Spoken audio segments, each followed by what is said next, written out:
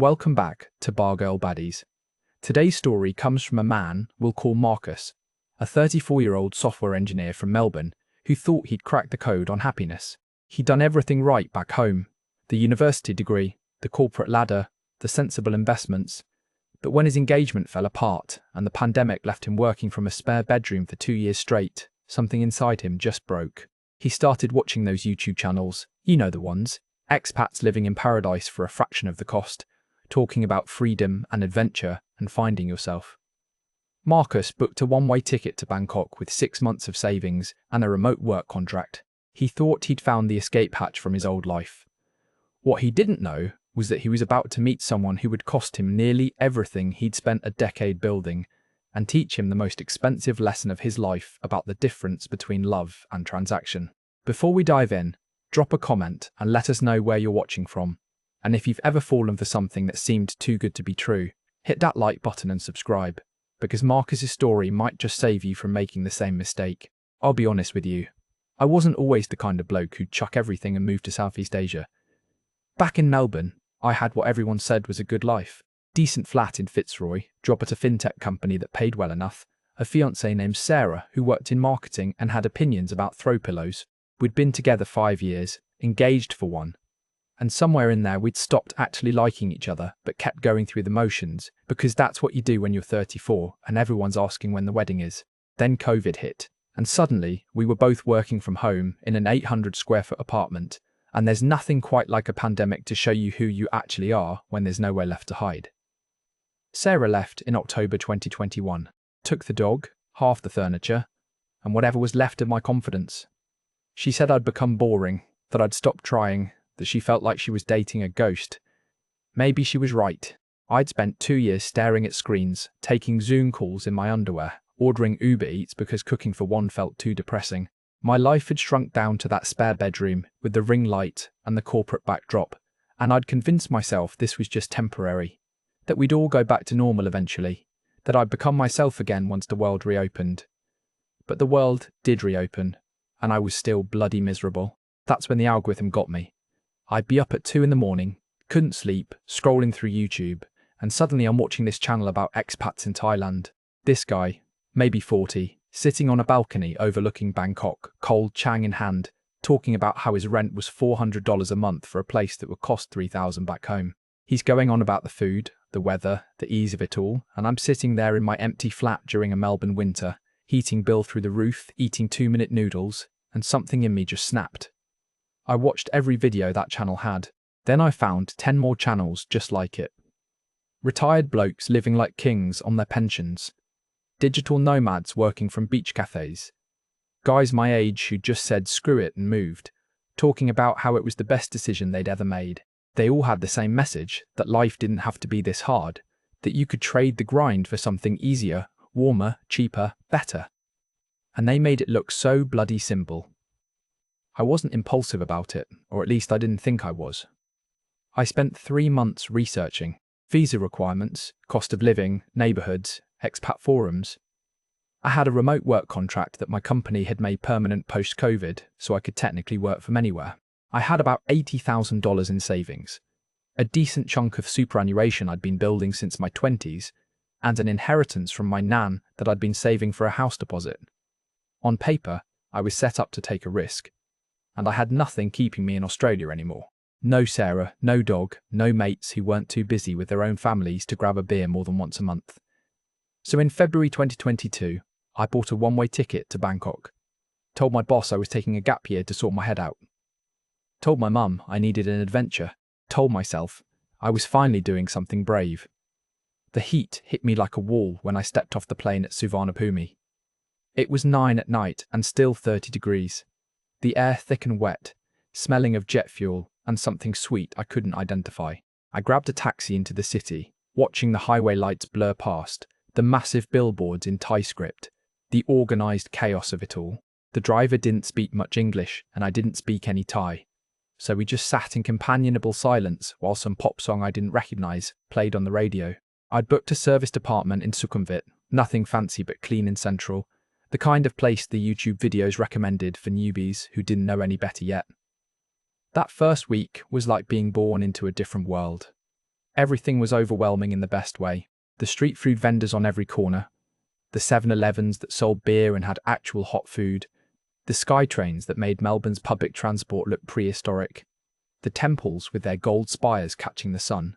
I'd wake up early because of the time difference and wander the streets before the heat got unbearable, watching the city come alive. Old Thai ladies sweeping their shop fronts, monks in orange robes collecting alms, the constant hum of motorbikes weaving through traffic like schools of fish. But I was lonely as hell. That's the thing nobody tells you about moving somewhere exotic on your own. Yeah, it's exciting, but you're also eating every meal alone, walking around alone, going back to your apartment alone. I tried to strike up conversations with other foreigners at cafes, but everyone was either a 22-year-old backpacker or a 60-year-old retiree, nobody quite in my demographic. The Expat Facebook groups were full of bitter arguments about visas and people complaining about how Thailand wasn't as good as it used to be. I'd video call my mum on Sundays and tell her everything was amazing. And it was. Kind of. But I was also starting to wonder if I'd made a massive mistake. 6 weeks in, a colleague from Singapore messaged saying he was coming to Bangkok for a weekend. Andy, good bloke. We'd worked on a few projects together virtually, but never actually met in person. He insisted we go out properly, said I needed to see the real Bangkok nightlife, not just the tourist stuff I'd been doing. I should have known what he meant, but I was naive, or maybe I just wanted company badly enough that I didn't care. We ended up in Soy Cowboy on a Friday night. If you don't know it, it's one of those infamous streets, neon lights and open-air bars and girls in bikinis dancing on stages, the whole cliché you see in movies about Bangkok. I felt uncomfortable immediately, like I was participating in something I shouldn't be. But Andy was buying rounds and introducing me to other expats, and the music was loud enough that I didn't have to think too hard about where I was. That's when I saw her. She was sitting at the bar, not working the room like the other girls, just sitting there with a book. An actual paperback book, which seemed absurd in that environment. She had long dark hair pulled back in a ponytail, a simple black dress, none of the elaborate makeup or costumes the other girls wore. I watched her for probably 20 minutes before Andy noticed and started taking the piss, telling me to go talk to her if I was going to stare like a creep. So I did. Her name was Nok. She was 28, from Buriram in Isan, had been in Bangkok for 6 years. Her English was good, not perfect, but good, with that Thai accent that makes everything sound melodic. I offered to buy her a drink, expecting the usual routine, but she actually said no at first. Said she wasn't working tonight, was just waiting for her friend to finish her shift. That intrigued me more than anything. I asked about the book, some thriller in English she'd borrowed from another girl trying to improve her reading. We talked about books for a while, then about Melbourne, which she'd never been to, but had always wanted to visit. She asked real questions, like what made me come to Thailand, whether I missed home, what I did for work. She wasn't performing, or at least I thought she wasn't. I went back the next week, told myself it was just to explore that part of the city more, but really, I was hoping she'd be there. She was. She looked surprised to see me, maybe even pleased, and we ended up talking for 2 hours while Andy and his mate disappeared into the crowd. This time when I offered to buy her a drink she accepted, and when I asked if she wanted to get dinner somewhere quieter, somewhere we could actually hear each other, she hesitated, but then said yes. That dinner changed everything. We went to a little Thai place in Phrom Phong she recommended. Nothing touristy, just locals and the kind of food that actually tastes like something. She told me about her life in a way that felt honest and unguarded. She had a daughter, Ploy, who was 5 and living with Nok's mother in Buriram because Bangkok was too expensive to raise a child alone. The father had been her boyfriend from her village, got her pregnant at 23 and then disappeared when reality set in. She'd come to Bangkok to make money, send it back home, try to build something for her daughter's future. She'd worked in restaurants, in massage parlours, and, yeah, eventually in the bars, because the money was better and the customers were usually less handsy than in other places. She wasn't ashamed of it, but she wasn't proud either. It was just what it was. I fell for it completely. The whole narrative. The good woman in bad circumstances, the devoted mother sacrificing herself, the person who deserved better and just needed someone to see her worth. I fell for her too, obviously. The way she laughed at my awkward attempts at Thai phrases, how she'd teach me the real words for things instead of the polite textbook versions, the way she talked about her daughter with this soft sadness, showing me photos on her phone of this beautiful little girl who looked exactly like her. The way she'd touch my arm when she was making a point, casual and warm, like we'd known each other longer than we had. We started seeing each other properly after that. Coffee in the afternoons before she'd head to work. Dinners at places she'd pick, always authentic, always delicious. Long walks through Benjikiti Park, where she'd tell me about growing up in the countryside, about rice farming and water buffalo, and a simplicity I couldn't really comprehend from my suburban Melbourne upbringing. And yeah, eventually sex, back at my apartment. And it was good, really good. The kind of intimate where you feel like you're connecting with someone rather than just bodies moving together. A month in, she stayed over for the first time. Woke up next to her and watched her sleep for a bit, this peaceful expression on her face, her hair spilled across my pillow. She made breakfast, Thai omelette with rice, moving around my kitchen like she belonged there. That's when I asked her to stop working at the bar. I'd been thinking about it for days, rehearsing how to say it without sounding like a white knight or a controlling arsehole. I told her I wanted to support her, that I made good money and could easily cover her expenses, that she could focus on her daughter and figure out what she actually wanted to do with her life, instead of working in a place that clearly made her unhappy. She cried, called me her angel, said no man had ever cared about her like this, that she didn't know men like me existed. She asked if I was sure, if I understood what I was offering, that it would be expensive, that her family needed money every month, that her daughter had school fees and her mother's house needed repairs. I said I was sure. I meant it.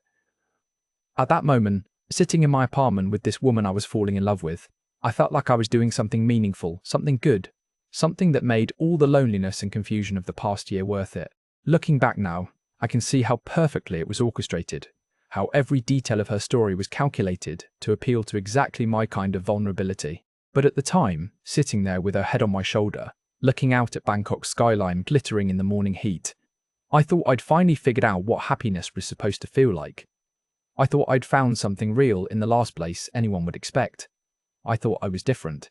I thought she was different. I thought wrong. I moved us to a bigger place in Thong Lo 2 weeks after she quit the bar. One bedroom wasn't going to cut it if we were building a proper life together, and I wanted her to feel like this was her home too, not just my bachelor pad she was visiting. The new apartment was on the 12th floor of a modern building. 2 bedrooms, actual living space, a balcony with a decent view. 30,000 baht a month, about 1,200 Australian dollars, which seemed reasonable for what I was getting. Nok cried again when she saw it, said it was the nicest place she'd ever lived, that she couldn't believe this was real. I gave her 25,000 baht that first month. Told her it was for her expenses, for sending money back to her mum, for whatever she needed. She tried to refuse at first, said it was too much, but I insisted. What was 1,000 Australian dollars to me compared to what it meant for her family? I was making good money, the remote work was steady, and honestly it felt good to be needed like that. Sarah had her own career, her own money, never needed anything from me except emotional availability I apparently couldn't provide. But Nok needed me in tangible ways, and that felt like love. Those first few months were golden. I'd work mornings while she slept in. Years of bar hours had made her nocturnal, and she was slowly adjusting to a normal schedule. I'd hear her moving around the apartment while I was on calls, making coffee, watching Thai TV with the volume low. We'd have lunch together, sometimes cooking, sometimes ordering in, just easy domestic stuff that felt impossibly precious after years of eating alone. Afternoons we'd explore the city, the markets and temples and parks I'd been too intimidated to visit on my own. She was my translator, my guide, my bridge into a culture I'd been living beside, but not really in. I met a few other expats during this time, guys I'd see regularly at the same cafes or bars. There was Dave, a 50-something Brit who'd been in Bangkok for a decade with his Thai wife. There was Ryan, an American around my age doing something vague with cryptocurrency. There was Tom, an Australian from Brisbane who ran a small export business. We'd end up at the same places, start chatting, that easy camaraderie of foreigners in a strange land. They all had Thai girlfriends or wives, and they all had the same knowing look when I'd talk about Nok. Dave was the most direct about it. We were having beers one afternoon at a place in Ekamai, and I was going on about how lucky I was, how special Nok was, how different our situation was from the usual bar girl stereotype. Dave just smiled and nodded, and then said, "Mate, I'm not saying she's running a game, but keep your eyes open. They all say the family needs money. There's always an emergency. Just don't be stupid about it." I bristled at that.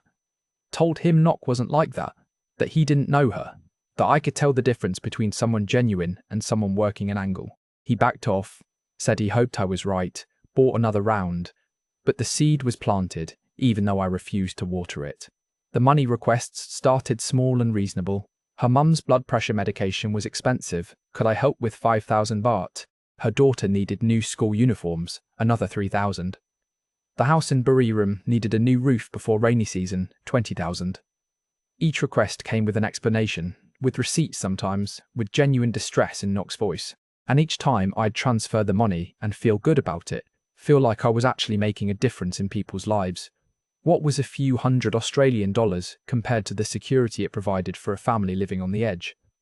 But the requests got bigger, more frequent.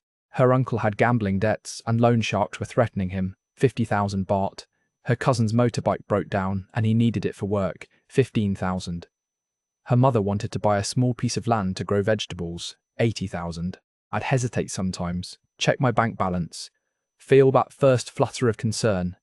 But then Nock would be there, touching my face, telling me I was the best man she'd ever known, that her family blessed my name every night, that she didn't know what they'd done to deserve my kindness. And I'd transfer the money, 6 months in, and I'd given her close to 40,000 Australian dollars beyond the monthly allowance. I wasn't tracking it carefully, which was my first mistake. I'd just see the requests come in via line messages, usually when I was in the middle of work, and I'd transfer the money quickly so I could get back to whatever I was doing. It felt easier not to think about it too hard, not to add up the total, because then I'd have to confront what it might mean. The drinking started creeping up around this time too. It was easy in Bangkok, beer was cheap and available everywhere, and day drinking didn't have the same stigma it did back home. I'd meet the guys at lunch and we'd have a few chang or singer, then maybe continue into the afternoon if nobody had pressing work. My Zoom calls started happening with a pleasant buzz, not quite drunk, but definitely not sober. My productivity slipped. Deadlines got fuzzy. My boss in Melbourne sent a couple of concerned emails that I dismissed, with vague reassurances about time zones and internet problems. Nock started taking trips back to Buriram more often. At first, it was once every few weeks for a long weekend to see Ploy. Then it was weekly. Then sometimes she'd be gone for 4 or 5 days at a time. Her explanations were always reasonable. Her mother was sick, Ploy was having trouble in school, there was a family situation that needed her attention. And I understood. Of course I did. She had responsibilities, a whole life that existed before me. The apartment felt empty without her though, and I'd spend those nights at the expat bars, drinking with Dave and Ryan and Tom, all of us swapping stories about our Thai girlfriends and their family emergencies and how complicated everything was.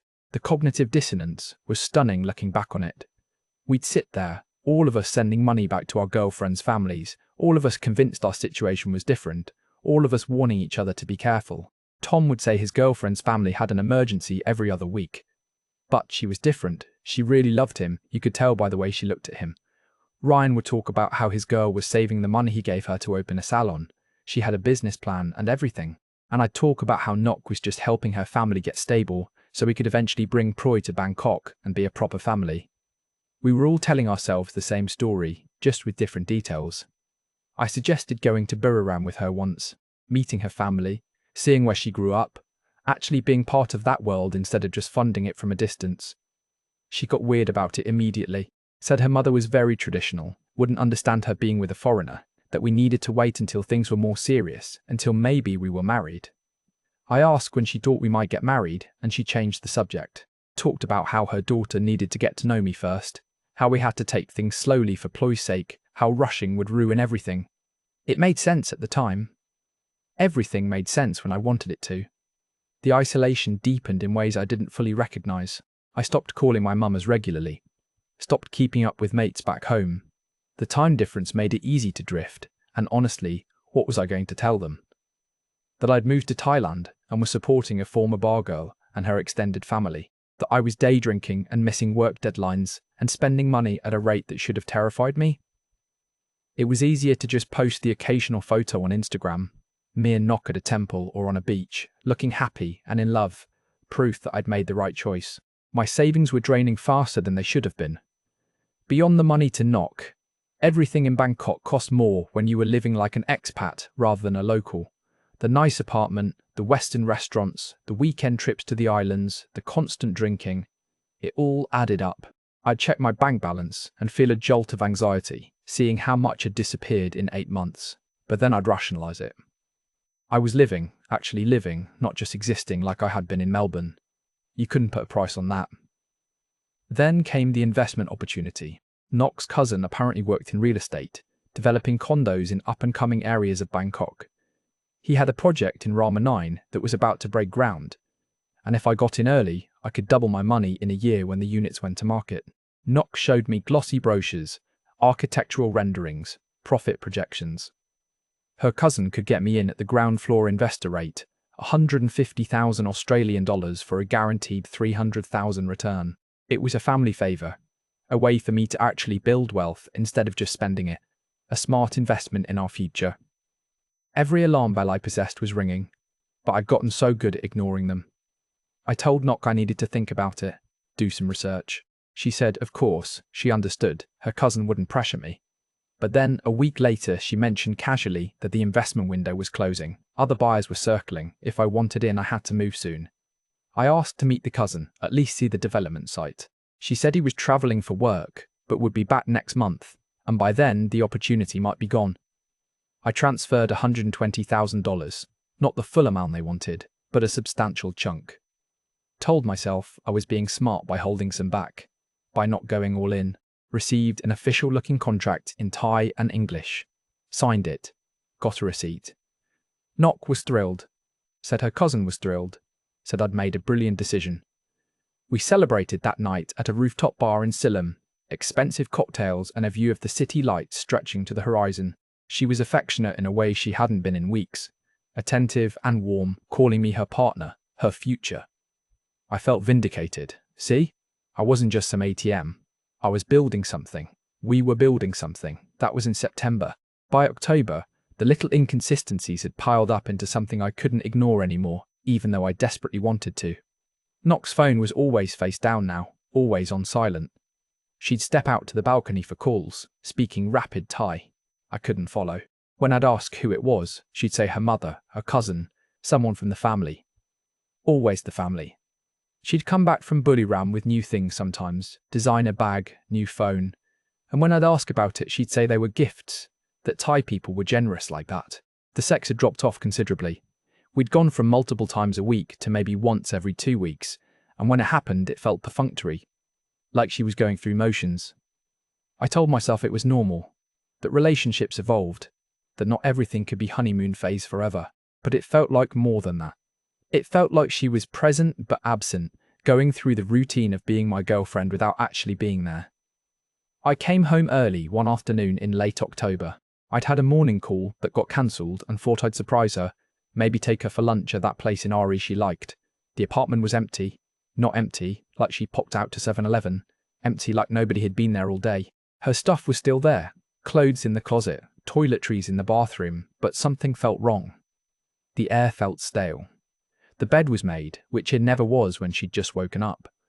I told myself she'd gone out, probably shopping or meeting a friend, but the sick feeling in my stomach knew better. I waited. 1 hour. 2. 3. Sent messages that delivered but didn't get read. Called and got voicemail. Started doing the mental calculations I'd been avoiding for months. Added up the monthly allowances, the family emergencies, the investment, the rent I was covering, the food and trips and everything else. The number was somewhere north of 250,000 Australian dollars in 10 months. Most of my savings. A significant chunk of my superannuation that I'd accessed early. The inheritance from my nan. Gone. By nightfall, I was panicking. Started messaging people I thought were her friends. Realised I didn't actually know any of them, just had their line IDs from group chats. None of them responded. I went down to the security desk, asked in broken Thai and desperate English if they'd seen Nok leave. The guard checked the cameras, said she'd left yesterday afternoon with a bag. Yesterday. She'd been gone over 24 hours and I hadn't even known. I couldn't sleep that night. Sat on the balcony, drinking sang som straight from the bottle, watching Bangkok's lights blur through tears. I was too tired to be ashamed of. My phone sat next to me, silent and useless. Every car that pulled up to the building made my heart jump, thinking maybe she was coming back, maybe there was an explanation. But the cars came and went and none of them brought her home. The next day I reached out to Tom, the Australian expat I'd become friendliest with. We met at our usual place, and I told him everything, the whole pathetic story spilling out over warm beer in the afternoon heat. He listened with an expression I couldn't quite read, sympathy mixed with something else, something that looked almost like pity. When I finished, he was quiet for a long moment, then asked if I really wanted to know the truth. My hands were shaking when I said yes. He showed me Nock's Facebook profile, which I'd never thought to look for. She told me she didn't use social media much, that it was mostly for older Thai people. But there it was. Public profile, hundreds of photos going back years. Photos of her with a Thai man, clearly intimate, clearly long-term. Photos from last month, last week, maybe yesterday. The necklace I'd bought her for her birthday visible in half a dozen pictures where she was kissing him, in his arms, at his family's house.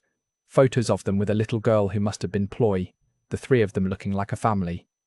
Photos that made it clear I'd never been her boyfriend. I'd been her customer, her sponsor, her mark.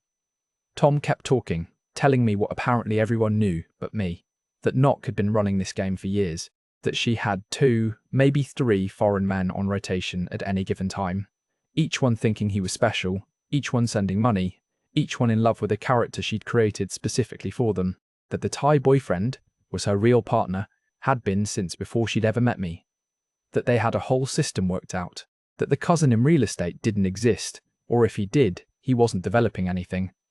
The investment was just a particularly lucrative scam they'd run on me, because I'd proven myself gullible enough to fall for it. I asked him how long he'd known. He looked uncomfortable, said he'd suspected from the beginning, that the pattern was familiar, that he'd tried to warn me in his own way. Said everyone had tried to warn me, the comments about keeping my eyes open, the knowing looks. But I'd been so certain I was different that I couldn't hear it. He wasn't wrong. I hadn't wanted to hear it. Hearing it would have meant admitting I was just like every other lonely foreign man who'd come to Thailand looking for something and found a beautiful lie instead. I spent 3 more days trying to reach her, left messages that got increasingly desperate, then angry, then pleading again. Offered to forgive everything if she'd just come back and explain. Told her I loved her, which was pathetic and true. The messages delivered but never got read. The calls went straight to voicemail. She disappeared as completely as if she'd never existed, except the hole in my bank account proved she had. On the 4th day, I logged into my banking and actually faced the numbers properly for the first time. 293,000 Australian dollars in 10 months. My retirement fund decimated. The house deposit I'd been building since my 20s, gone. My nan's inheritance that she'd saved her whole life to leave me, gone into some stranger's pocket while I'd convinced myself I was building a future. I'd arrived in Thailand with enough money to buy a small place back home, to set myself up properly. Now I had maybe 15,000 left and no plan for how to rebuild. The lease on the apartment had 4 months left. My remote work contract came up for review and my boss very gently told me they wouldn't be renewing it. My performance had degraded too much, too many missed deadlines, too many calls where I'd clearly been drinking. They'd give me 2 months severance as a courtesy. I thanked him and hung up and stared at the wall of the expensive apartment I was about to not be able to afford, in a city I had no reason to be in anymore, having lost nearly everything I'd spent a decade building for a woman who was probably laughing about me with her real boyfriend right now. The shame was worse than the financial loss. That's what people don't tell you about being scammed. It's not just that you lost money, it's that you have to admit to yourself and everyone else that you were a fool. That every warning sign you dismissed was actually neon bright. That the thing you were most certain about, your relationship, your love, your special situation, was the biggest lie of all. I'd been so smug, so sure I wasn't like those other expats, so certain I could tell the difference between real and performance, and I'd been completely, catastrophically wrong.